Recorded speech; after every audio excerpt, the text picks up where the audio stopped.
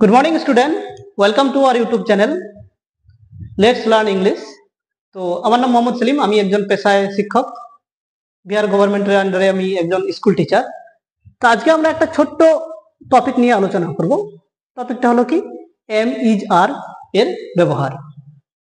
তো আমরা জানি এম ইজ আর এই তিনটি ওয়ার্ডকে আমরা কি বলবো, হেল্পিং ভার্ব আর অক্সিলারি ভার্ব। তো এই তিনটি ওয়ার্ডকে আমরা কি বলবো, অক্সিলারি ভার্ব আর হেল্পিং ভার্ব। এই ওয়ার্ড তিনটি সাধারণত দুই প্রকার সেন্টেন্সে ব্যবহৃত হয়। একটা হচ্ছে কি সিম্পল প্রেজেন্ট টেন্সে, simple present tense or present infinite tense, আর একটা হচ্ছে কি প্রেজেন্ট কন্টিনিউয়াস টেন্সে। সিম্পল প্রেজেন্ট টেন্সে যেমন I am a good boy, আর প্রেজেন্ট কন্টিনিউয়াস টেন্স যেমন Riya is dancing on the stage. তাহলে প্রধানত আমরা মনে রাখবো যে কোন কোন টেন্সে এম ইজ আর ওয়ার্ড তিনটি ইউজ হয়। সেটা হচ্ছে কি সিম্পল প্রেজেন্ট টেন্সে আর প্রেজেন্ট কন্টিনিউয়াস টেন্সে। এখন আমরা দেখবো যে একটা বাক্যে এই ওয়ার্ড তিনটি কিভাবে ইউজ হয়, কোথায় এম বসে, কোথায় ইজ বসে, কোথায় আর বসে, সেটা আমরা একটু আলোচনা করব। প্রথমে আমরা জানবো যে 1 নম্বর রুলস এম এর ব্যবহার। এম এর ব্যবহারে আমরা প্রথমেই জানবো যে সাবজেক্ট যদি কোনো বাক্যে সাবজেক্ট যদি আই হয়, কোনো বাক্যে সাবজেক্ট যদি আই হয় তাহলে সেখানে কি বসবে, তারপরে কি বসবে, এম বসবে।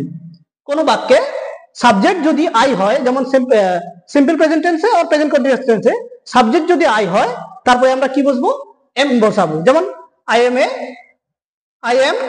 A girl, I am going to school, I am eating rice. তাহলে সাবজেক্ট সিম্পল একটা ব্যাপার, যদি সাবজেক্ট আই হয় তাহলে তারপরে এম বসবে। এম এর রুলসে আমরা যখন যাব, সাবজেক্ট যখন আই হবে তখন তারপরে এম বসবে। তাহলে এটা আমরা শিখে নিলাম। তাহলে সাবজেক্ট যদি আই হয় তারপরে এম বসবে। এরপর 2 নম্বর রুলস যেটা হচ্ছে কি ইজ এর ব্যবহারটা আমরা কি করে জানবো। অ্যাকচুয়ালি ইজ এর ব্যবহার যখন আমরা শিখতে যাব তখন আমাদের একটা জিনিস জানতে হবে, সাবজেক্ট যদি থার্ড পারসন সিঙ্গুলার নাম্বার হয় কোনো বাক্যে তখন আমরা কি বসাই, ইজ বসাই। কিন্তু ওই নাম্বার পার্সনের ভেজালে আমরা যাব না। আমরা একটা জিনিস শুধু মনে রাখবো যে সাবজেক্ট যদি সিঙ্গুলার নাম্বার হয়, যদি একটা বোঝায়, পার্সনের কথা আমরা মাথায় রাখবো না। সাবজেক্ট যদি একটা বোঝায় বা সিঙ্গুলার নাম্বার বোঝায় তাহলে তারপরে ইজ বসবে। ব্যতিক্রম আছে কিন্তু এখানে আই আর ইউ এই দুটো হচ্ছে ব্যতিক্রম। আই এর পরে কি বসে, এম বসে, আর ইউ এর পরে আর বসে। আই আর ইউ এই দুটাও কিন্তু সিঙ্গুলার নাম্বার, কিন্তু এই দুটার ক্ষেত্রে ইজ বসে না। তাহলে 2 নম্বর রুলস আমরা ইজের ব্যবহার কি করে শিখবো, যে সাবজেক্ট যদি সিঙ্গুলার নাম্বার বোঝায় অথবা কোনো বাক্যে সাবজেক্ট যদি সিঙ্গুলার হয়, একটা বোঝায়, তখন তারপরে কি বসে, ইজ বসে। যখন আমরা ইজের ব্যবহার শিখবো তাহলে এই জিনিসটা মনে রাখবো। কিন্তু আই আর ইউ হচ্ছে কিন্তু সিঙ্গুলার নাম্বার, কিন্তু আই এবং ইউ এর ক্ষেত্রে ইজ বসে না। আই এর পরে কি বসবে, এম বসবে, আমরা যেটা প্রথমে শিখলাম। আর ইউ এর পরে এটা পরে শিখবো আর বসবে। তাহলে দেখি, যেমন রাম হচ্ছে কি একটা বোঝাচ্ছে, রাম, তাহলে এরপরে ইজ। রিয়া হচ্ছে কি একটা বোঝাচ্ছে, সিঙ্গুলার নাম্বার, ওই জন্য হচ্ছে কি ইজ বসেছে। কাউ কি, কাউ একটা বোঝাচ্ছে, তাহলে কাউ এর পরে কি বসবে, ইজ বসবে। ম্যান হচ্ছে কি সিঙ্গুলার নাম্বার, ওই জন্য ম্যানের পরে ইজ বসেছে। তো আমরা এম এবং ইজ শিখে নিলাম। এরপরে আমরা আর এর ব্যবহারটা একটু শিখবো।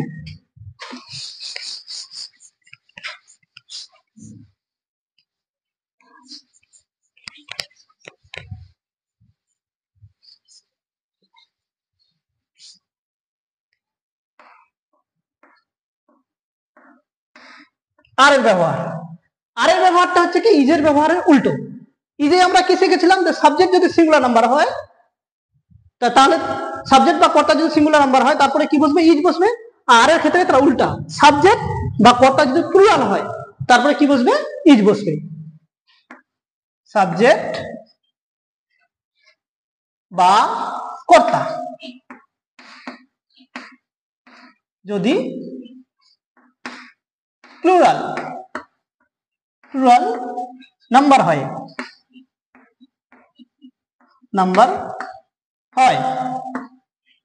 তাহলে তারপরে কি বসবে, আর বসবে। ব্যতিক্রম হচ্ছে কি ইউ হচ্ছে কি সিঙ্গুলার নাম্বার, কিন্তু ইউ এর পরে আর বসবে। কিন্তু আমি কি বলেছি, সাবজেক্ট আর কর্তা যদি প্লুরাল নাম্বার হয় বা একটা বোঝায়, তারপরে কি বসবে, আর বসবে। ব্যতিক্রম হচ্ছে কি ইউ হচ্ছে সিঙ্গুলার, কিন্তু এরপরে কি বসবে, আর বসবে। যেমন they are playing, in the health. এখানে দেটা কি, দেটা হচ্ছে কি, দে মানে কি তাহারা, অনেকগুলো বুঝাচ্ছে, তাহলে প্লুরাল। এই জন্য এখানে কি এম ইজ আর কিছু, এম ইজ কিছু বসবে না, এখানে কি বসবে, আর বসবে। যেমন cows are grazing in the field।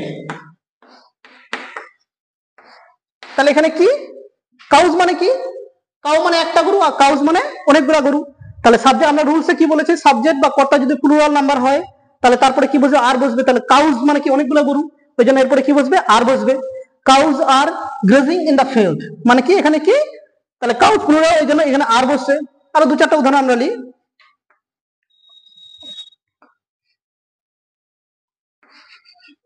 We are eating rice. তাহলে উই হচ্ছে কি, উই মানে কি আমরা, একটা বোঝাচ্ছে না। উই মানে কি বোঝাচ্ছে, আমরা, একটা বোঝাচ্ছে না। তাহলে উইটা হচ্ছে কি প্লুরাল, এর জন্য উইর পরে কি বসছে, আর বসছে। আর ইউ, ইউ আমি রুলসে বলেছিলাম যে ইউ হচ্ছে ব্যতিক্রম, ইউ হচ্ছে সিঙ্গুলার নাম্বার, কিন্তু এরপরে কি বসবে, আর বসবে।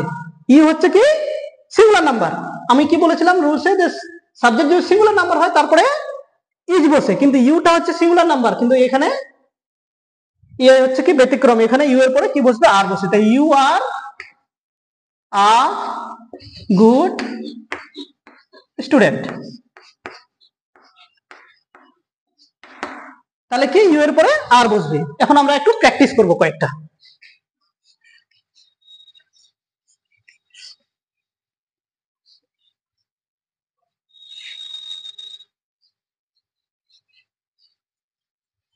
কিছু প্র্যাকটিস করি, যেমন আই, এখানে আমরা লিখবো উপরে এম ইজ আর, নিচে কিছু এক্সাম্পল দেব। এম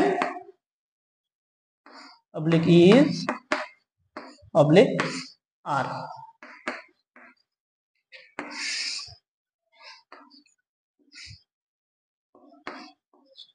ইউ, এখানে রাম,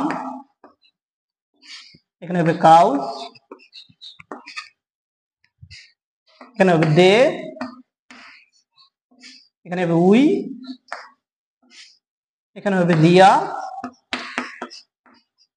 এখানে হবে পিকক,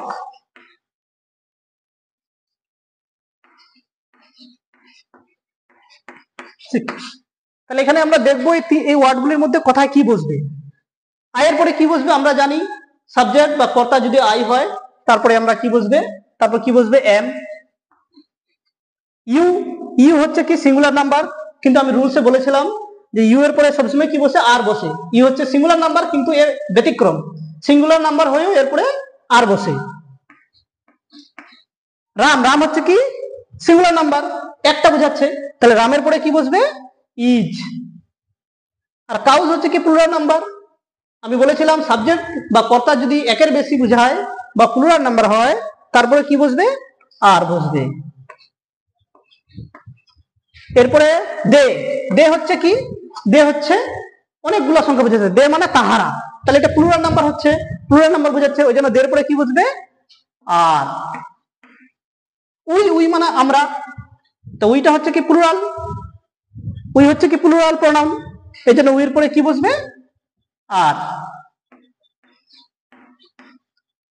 রিয়া, রিয়া হচ্ছে কি একটা বোঝাচ্ছে, রিয়া, রিয়া একটা সংখ্যা বোঝাচ্ছে সিঙ্গুলার, ওই জন্য রিয়ার পরে কি বসবে, ইজ বসবে। আর পিকক, পিকক হচ্ছে কি একটা বোঝাচ্ছে, তাহলে পিককের পরে কি বসবে, ইজ বসবে। বাকি সেন্টেন্সটা আমরা লিখছি না, ডট ডট ডট দিয়ে রেখে দিলাম। তাহলে আমরা তিনটা রুলস শিখলাম এম ইজারের ব্যবহারে, যে সাবজেক্ট বা কর্তা যদি আই বুঝায় তারপরে কি বসবে, এম বসবে। সাবজেক্ট বা কর্তা যদি আই হয় তারপরে কি বসবে, এম বসবে। আর সাবজেক্ট বা কর্তা যদি সিঙ্গুলার নাম্বার হয়, আই আর ইউ বাদ দিয়ে, আই এর ক্ষেত্রে এম বসে, ইউ এর ক্ষেত্রে আর বসে। সাবজেক্ট বা কর্তা যদি সিঙ্গুলার নাম্বার হয় তারপরে কি বসবে, ইজ বসে। আর থার্ড নাম্বার রুলস, আর এর ক্ষেত্রে আমরা কি ওটা হচ্ছে কি ইজ এর উল্টো। ইজের ক্ষেত্রে সাবজেক্ট বা কর্তা যদি সিঙ্গুলার নাম্বার হয় তারপরে ইজ বসে, আর আরটা হচ্ছে কি তার উল্টো, বা সাবজেক্ট বা কর্তা যদি প্লুরাল নাম্বার হয় বা একের বেশি বোঝায় তাহলে তারপরে কি বসবে? আর বসবে। সাবজেক্ট বা কর্তা যদি প্লুরাল নাম্বার হয় তারপরে কি বসবে? আর বসবে। আর সাবজেক্ট বা কর্তা যদি সিঙ্গুলার নাম্বার হয় তারপরে ইজ বসবে। তাহলে আমরা মোটামুটি এটা একটা ধারণা নিয়ে নিলাম। এখন একটু আর দু একটা এক্সাম্পল দেখি, তোমরা দেওয়ার চেষ্টা করবে। যদি বলে ম্যাঙ্গো, ম্যাঙ্গো কি সিঙ্গুলার নাম্বার, তাহলে কি বসবে ম্যাঙ্গোর পরে? ইজ। যদি আমরা বলি মেন, মেনটা হচ্ছে কি প্লুরাল নাম্বার, মেন হচ্ছে একটা বোঝাচ্ছে, আর মেন মানে কি একের বেশি, তাহলে মেনের পরে যেহেতু সাবজেক্ট প্লুরাল নাম্বার তাহলে এরপরে কি বসবে?